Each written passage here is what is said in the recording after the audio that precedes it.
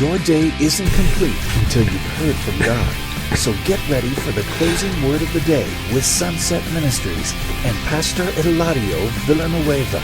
And now, here's Pastor Villanueva with today's closing word.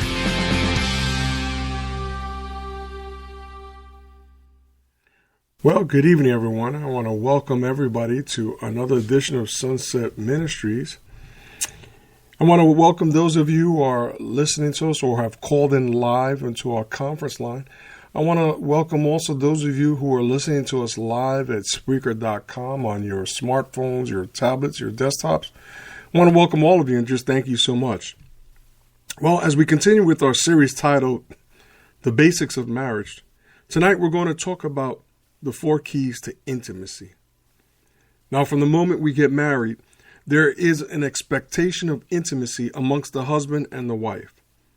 But for some couples, their whole marriage is not like they expected.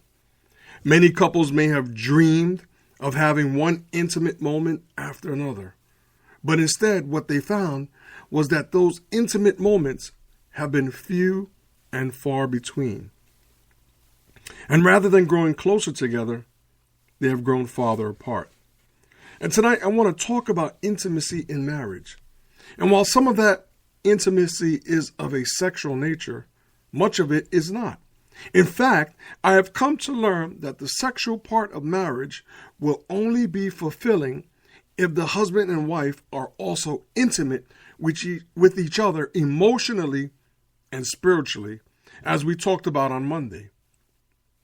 And the 4 keys to intimacy that I want to share with you this evening will undoubtedly help to build every component of your marriage so that you can be intimate in all these ways. So the first key to intimacy is commitment. Hebrews 13:4 says marriage should be honored by all, and the marriage bed kept pure. For God will judge the adulterer and all the sexually immoral.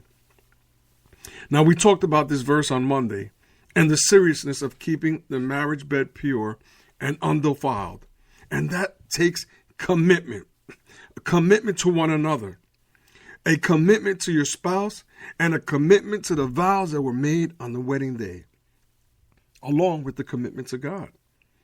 God takes the covenant of marriage so very seriously, and his word is clear that he will judge the adulterer. In addition, Proverbs 5:15 says, drink water from your own cistern, running water from your own well.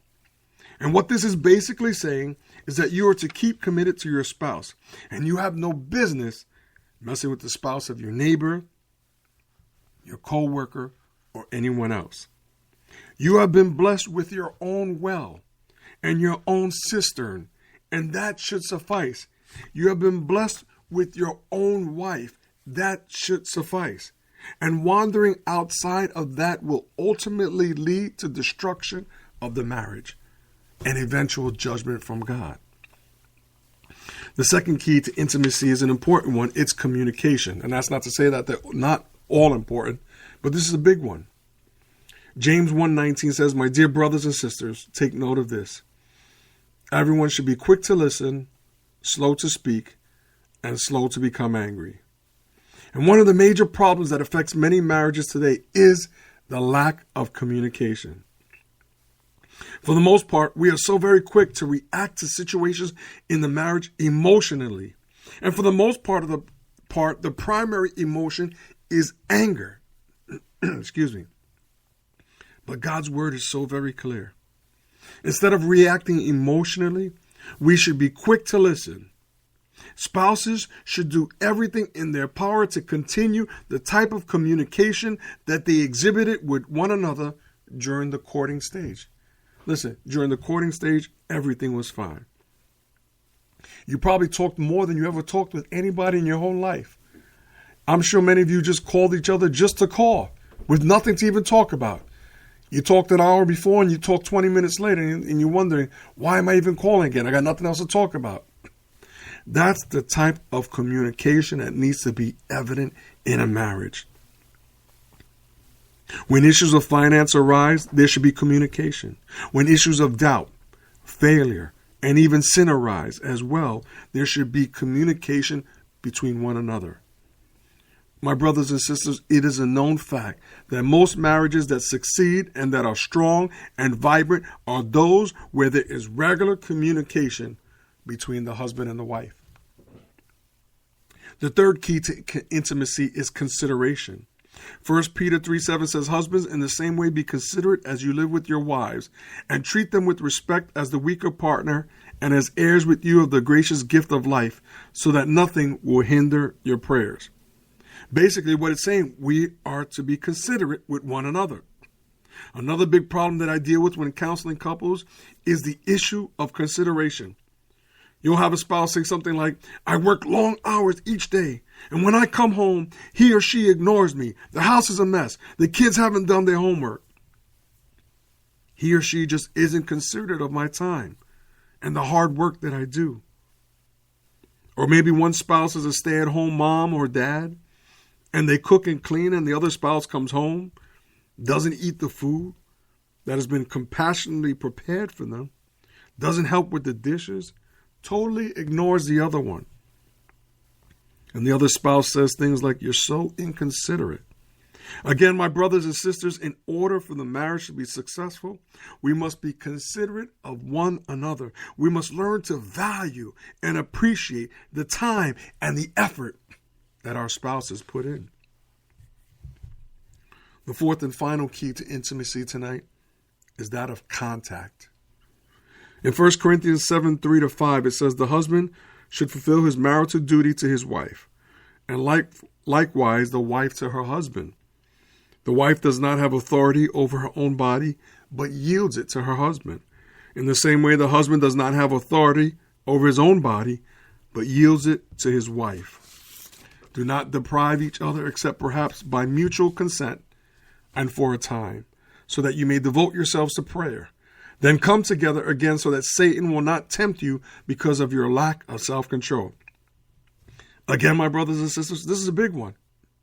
And of course, these verses are referring to sexual contact. And I can't tell you how many times I've heard one spouse or the other state, "He uses it like a weapon against me. She uses it as a weapon against me." When he or she wants to be spiteful, he or she withholds sexual contact from me. And one of the reasons that God instituted the covenant of marriage is for a man and woman to enjoy intimate contact with one another. But when we use this as a tool to punish our spouse, we are being disobedient to God's word that specifically states that both the man and the woman have no authority over their own body. Their bodies belong to God, and as such, we are to yield it to our spouses. We are not to deprive one another from intimate contact unless it is mutually agreeable and for a set time. And that set time is supposed to be used to prayer, to devote yourselves to prayer, not to just, seek other fantasies, not to harm one another. God's word is clear. That when we do withhold intimate contact from our spouse, we place ourselves in a vulnerable position where we are open to the temptations of the enemy because we lack self-control. And don't tell me that you're not open to this. That this can't happen to you. My brothers and sisters, it can happen to anyone. If we are not careful, if we use the sexual intimacy as a tool to punish one another, we leave ourselves open to the attacks of the enemy. So as we come to a close tonight, my brothers and sisters, intimacy is an important part of marriage. And it is God's desire and design for couples to enjoy intimacy in a God-honoring marriage. And as long as we follow God's plans for a biblical marriage, we are placing our marriage in position to succeed and to be enjoyable. And this is not only for those who are looking to marry or those who have just been married. Maybe you have been married for several years now, and somewhere the intimacy has disappeared. I submit to you that if you follow God's plans and allow Him to be the center of your marriage, that intimacy can and will return as we come to a close tonight in prayer. You've been listening to Pastor Eladio Villanueva on Sunset Ministries. Tune in to our live broadcast every Monday, Thursday, and Friday at 9 p.m. on Spreaker.com. For more information, visit our website at sunsetministries.org.